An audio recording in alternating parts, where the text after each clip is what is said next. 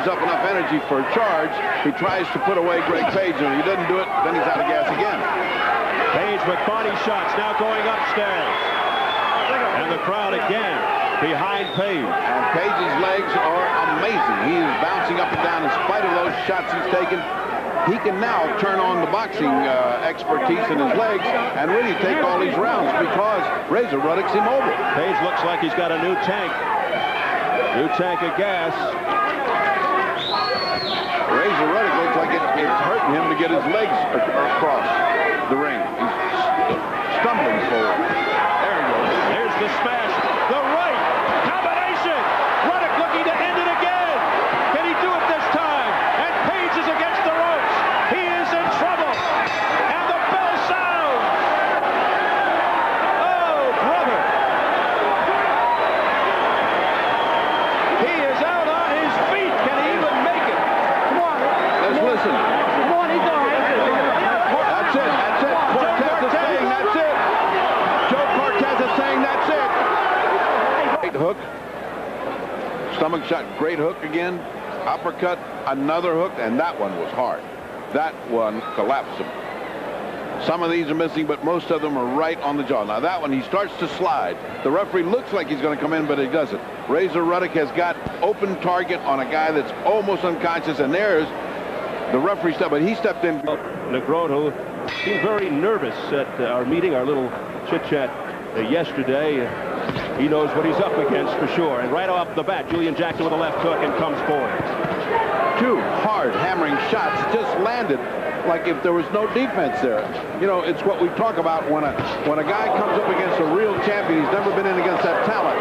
What's happening is what's happening right now. He's getting his... There he goes with a left hook. Seconds into the fight. The crowd is down.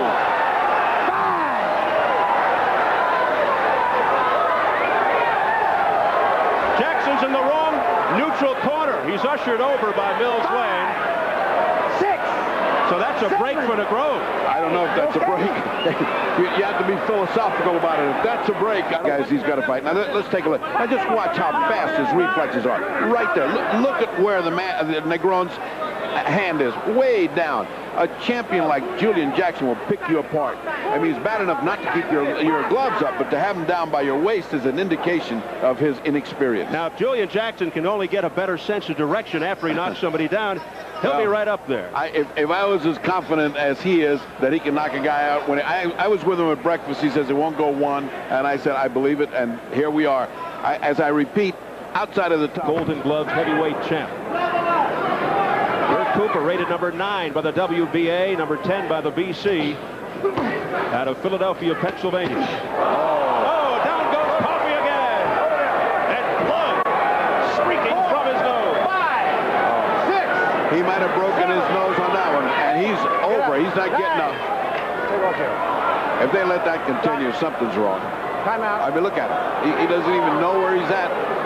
Referee Jay Nady calling time. They'll get the doctor. It is all over. It is all over here in the round 2.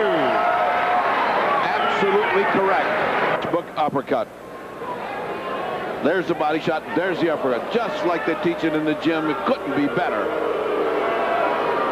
Loud boos for Don King, who's entered what has he done recently?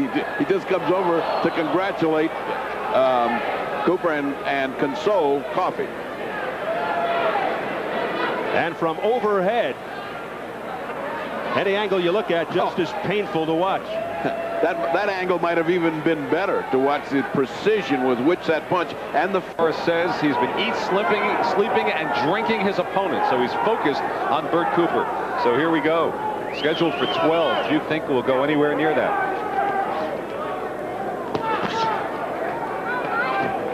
Cooper hoping to prove that it was not a fluke against the Vander Holyfield.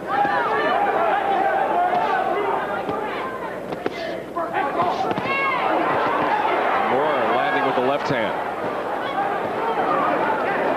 Cooper has more up against the ropes. The body shot, the right hand. Moore blocking one right, then he takes it. And he's hurt. And Michael Moore is out on his face. Michael Moore. That fight is over if Joe O'Neill doesn't give him a count right here, but Michael Moore looks like he's out cold on his feet.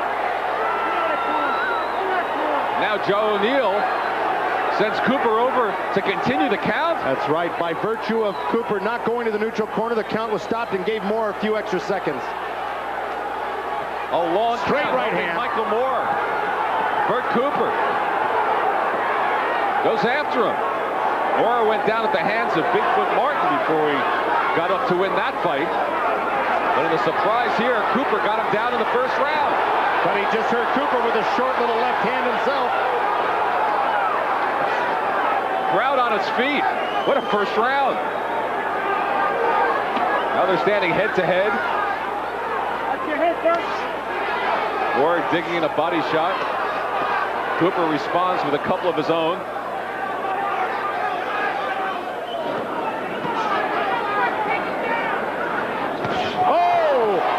Cooper goes down. Out. He is stretched out. His mouthpiece came flying out. Got caught with a right hook. This is Michael Moore's trademark, fighting back, but Bert Cooper is asking his mouthpiece. That's right. He's asking Joe O'Neill for his mouthpiece, and he doesn't put it back in. Both men down in the first round. And Cooper absorbing more punishment. And more. All over him again. Oh, Cooper. How was he able to stand? Just some vicious body shots by Michael Moore landed, and great hooks to the head. Cooper's about to go again. And still 27 seconds remain. And Cooper's trying to fight back. Cooper without the mouthpiece. Trying to survive the round. And now a timeout is called. That's right. I don't believe he would have been counted out, Joe. It started out with a couple of body shots. You're right about that because he did get up in time, but it looked like he wasn't. Right hand off the temple, two right hands. rights. That's the one that really stunned him. His legs are coming off the ground. His hands are dropped. His back is turned. I mean, those are all the telltale signs of a guy that's not going to keep on fighting. And now here comes Cooper going down. This is the reverse. Bingo. Left hand down, right hook over the top. Two of them, as a matter of fact. Mouthpiece comes out. Cooper looks like he's dead. And, of course, gets back up and recoups and makes a great assault at the end. As we start the third round, we'll be bringing in Riddick Bowe for his comments in just a moment. But this has been something for the first two. Michael Moore in the gold Kronk trunks. Bert Cooper in the black, fighting for the vacant WBO heavyweight championship belt. Oh, Cooper with the combination. And another combination. And he has Moore down again.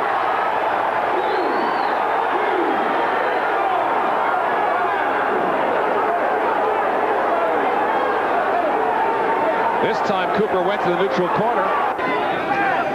A real Donnybrook here tonight.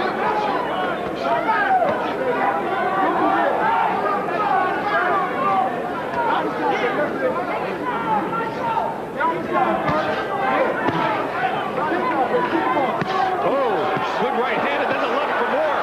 It started with the right, and now Moore has Cooper up against the ropes. Oh, but down he goes. Doesn't look like he's going to get up. He's shaking his head no. 9. Amazing. He got up at 9. Sure. Tell you, It's over. That's it. Michael Moore, the WBO heavyweight champion. In fact, the first southpaw to ever win a heavyweight championship. Certainly going down for the count. Here we go back to that corner where this knockout happened. Michael Moore started off with that right hook, lit him up with that left hand, 2 or 3 more behind it, puts him up against the ropes, and there he goes. He's starting to let it all cut loose. Left hand, right uppercut, and that was it. That last left hand was really insignificant because he was already out on his way down. Here we go. We got another overhead look at this. Moore starts off with a chopping left hand, or right hand, left uppercut, whips one over to the ear. Cooper gets his hand up, sneaks a little short left and a right in there. Doesn't land solidly with that, but here comes this right uppercut. This is bingo. That's the one that picks his head off, and boom. Chops it right down with that left hand. That was picture perfect. Bring the head up with the uppercut, slice it off with the left hand. And that was in the game plan to start working the body more. Right, he wants him to go back, but he wants him to relax too. Like I said, he looked real anxious and uptight at the beginning of this fight, and that'll wear you out in itself, just that nervousness. Mercer with two good right hands. And now Mercer on Morrison in the corner. And Mercer's all over him. And Morrison in trouble. And Morrison goes down for the first time in his career. And that is it. That's it. The fight is over. Ray Mercer has won it. He successfully defended his WBO heavyweight championship. Woo. Boy, what a flurry of punches Ray Mercer put together there. Tommy Morrison does not know what town he's in. The 5th round for Ray Mercer, handing Tommy. All right, Joe's going to head up into the ring now. Mike Marley with us, and here comes Mercer on the attack, and right at this point, Morrison's out of it. He was out on his feet, precisely, Glenn. He was out of it, groggy. I mean, he doesn't know what's hitting him at that point. Well, those are damaging blows right there. He was out of it. 4, 5, 6. Wow. Morrison could have been seriously hurt there. You're exactly right. Referee Tony Perez should have stepped in a little bit sooner. Take another look, and you can count him. At this point, Morrison's out of it right here, after that left hand. Now, from this point on, this is the damage. 3, 4, 5, 6, 7. And finally went down for the first time in his career. And Ray Mercer victorious. You want the men's title, go take it. Excellent chopping right hand. Lewis stopped jabbing. He can walk into some right hand. That's what's happening now. If you're going to walk into walk to the man, use your left jab. Lewis with a jab right to the body. Left hook upstairs combination. Now he just fires the right hand. Lennox Lewis is like a big cat. Rockman jab, jab, jab, jab. 4 of them. Chases Lewis across the ring.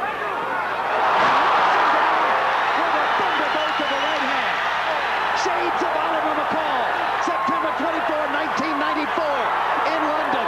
Has Rockman pulled the upset? He has. He got a brand new heavyweight champion, and he's from the United States.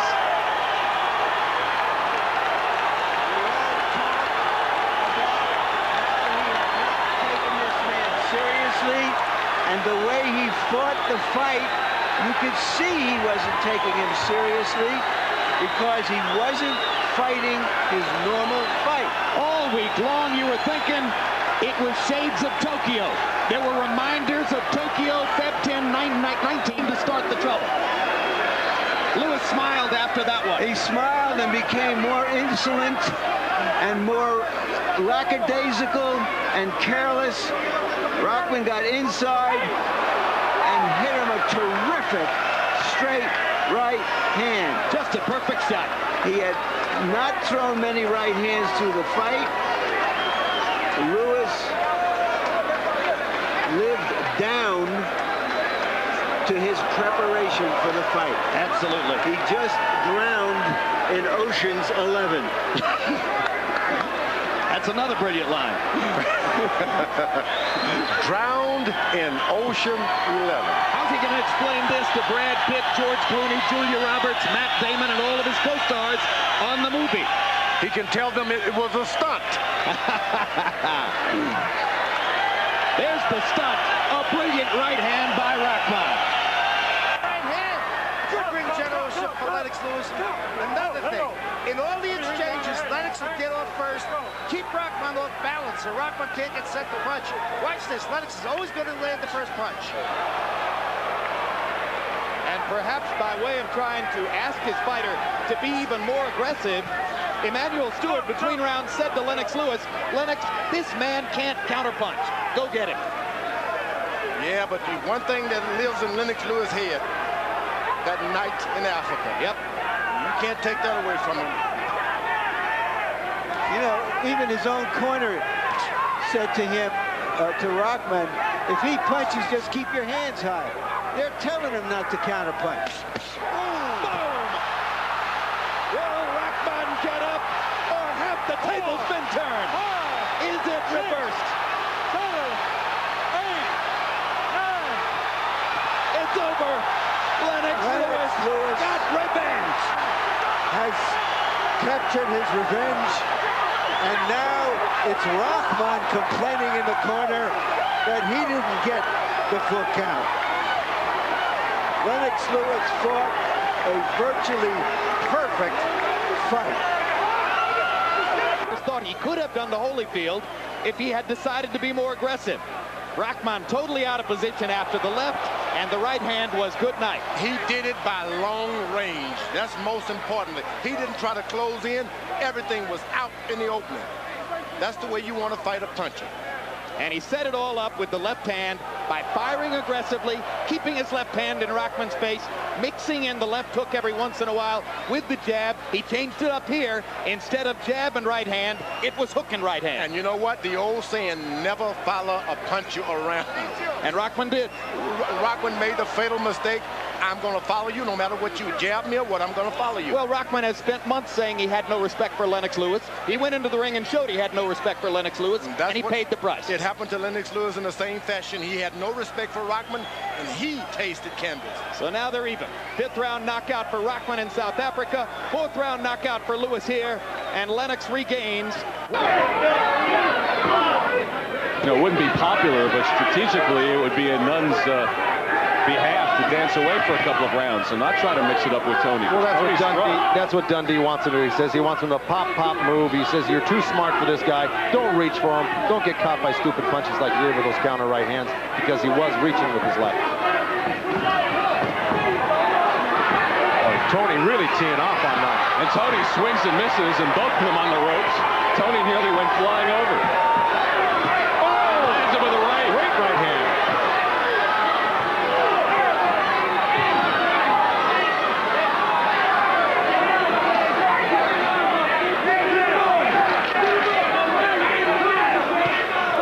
Tony's got a high ratio of knockouts in his 20-some-odd fights, and Michael Nunn's proven he can take a great shot because he's got him. And pushes Nunn into the ropes.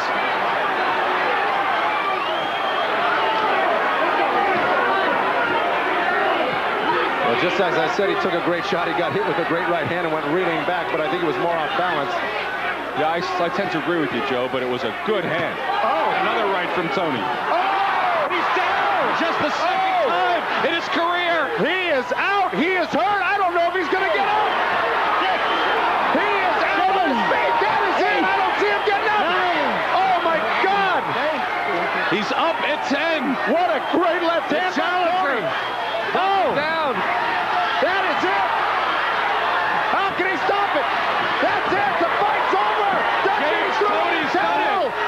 James Toney wins the title. Unbelievable! What a left hook he got caught with. Oh, my. Well, that was the only way he was going to win this. Tony with the left hand. Down went Nunn, as we mentioned, just the second time in his professional career. That was the knockdown, which he barely survived. He got up. Here's another look at that left hand that effectively won Tony the championship here tonight. And Nunn did get up. Knockouts, as we mentioned. McClellan can do it quickly, and here they come. McClellan in the gold, Sullivan in the green. McClellan certainly looks taller, but 6'1", we're not sure about. Well, he certainly looks taller, and he certainly looks like he has a longer reach, too. Has evidence in that jab, yeah. Right, in those 3 jabs right off the bat. Another good jab from McClellan. Sullivan missing with the right.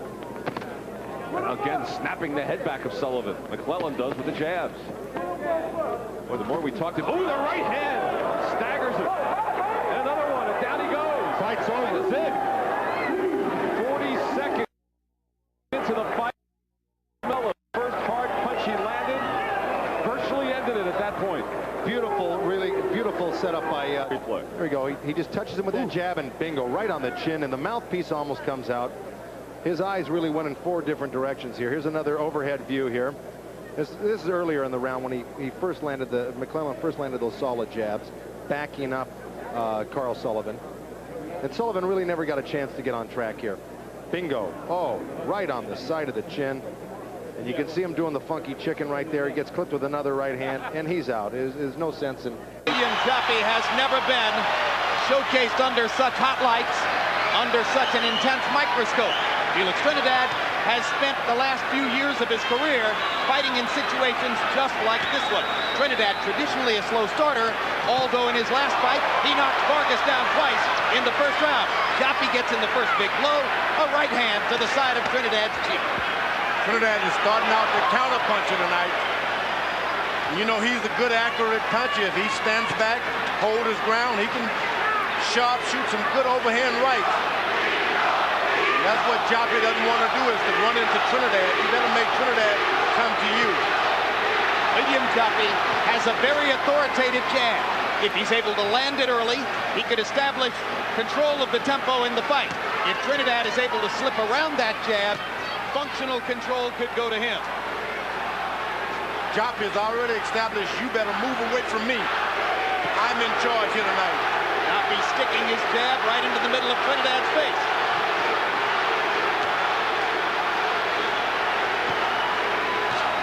Joppy throws his right hand and comes right back to the left jab. Basic boxing.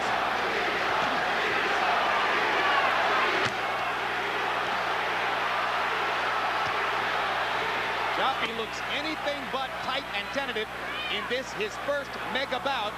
If anything, he's the looser of the two. Trying to let Trinidad know who the bigger man is, who the stronger man is. He's going straight to him, particularly with that heavy jab. Now Trinidad tries his own jab and sneaks in a little left hook.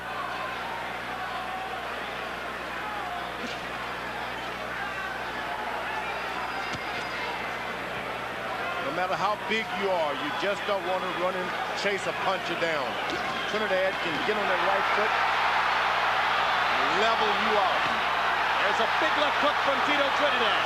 Landed on the arm. Good right hand. Right hand lands again. And the pro-Trinidad crowd comes to life.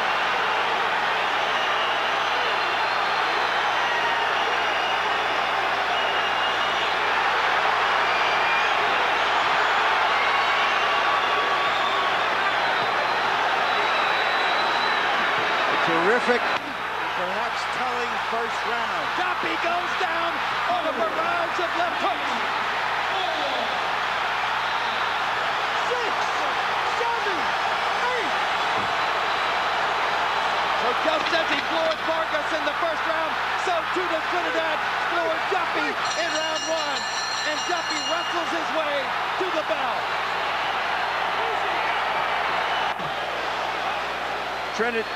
Joppy walks into the Trinidad artillery, and down he goes. The big left hook, finishing that barrage. How much recuperative power does Joppy have left? Road work, as Trinidad does. Continuously have the same desire to stay in shape. Yeah, he loves it. Simple man, simple life. Great boxing style. Left hook, right cross. Joppy's in trouble again.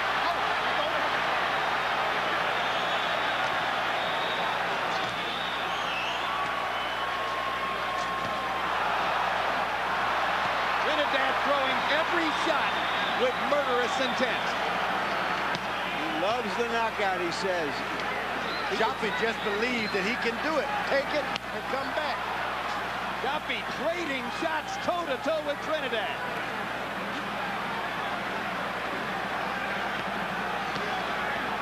This is the way they used to do it. Fight wasn't over until it was over. Joppy went down to the body. 2, 3, 4. That'll do it. I don't think Mercanti's going to let William Joppy continue. Felix Trinidad with a sensational knockout. Delightful young man. All right, we're underway. Both in gold trunks. Black gold has the black stripe. Tommy Hearns with a new short haircut, taking a little weight off the top of his head. A little less protection, Tim. That's right. There's that piston-like jab of Hearns. And Schuler has an excellent jab as well. Tim, you have two well-skilled fighters here. They were two of our best amateurs probably in the last 10 years. You're going to see a good technical bout. Solid shots to the body by Thomas Hearns, but Schumer stayed right there with him. Left hook back from Schumer. Another ripping left hook to the body. And a right. That moved Schumer backwards. Not straight right by Hearns. Not only moved him backwards, single bobbled him, and down he goes. Another one. A right hand by Hearns.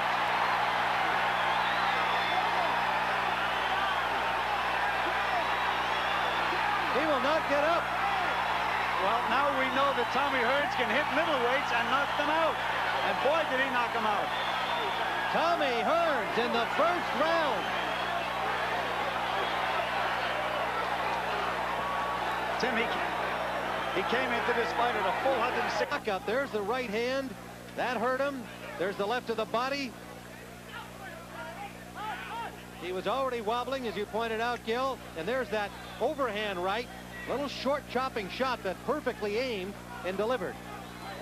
Tim, right on the button. Watch where this right hand lands. Right on the button. That says lights out, Ryan. Round 3. It has been a foul fest from the start. There's a straight right hand by Little. Clear through the ropes.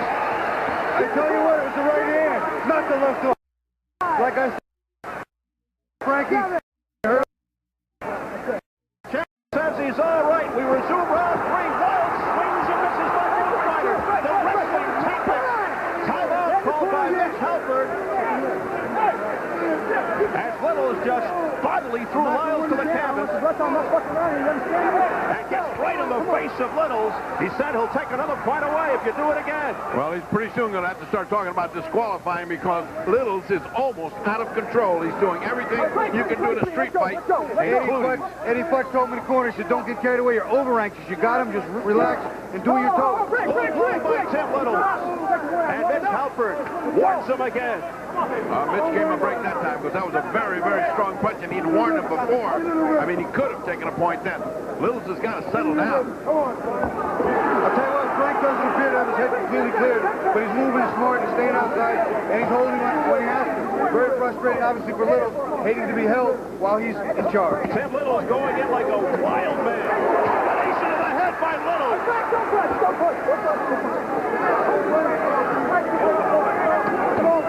Littles goes right back at Lyles. Good counter hook by Lyles there on the way in. Littles having his trouble getting in without getting tangled up and tied up. It's like these two guys got mangled as they're just shooting at each other and seeing which one can hit first. Because both of them are shooting power shots. Right hand by Littles, right above us. And again, he pushes Lyles to the deck. No knockdown. Somewhere along the line, he's got to warn him about that throwing a fighter down. How many times has he done that? Well, you know, that time I don't think he really did. I think he just pushed him off, and Lyles just kind of went down. That one didn't look as blatant as earlier.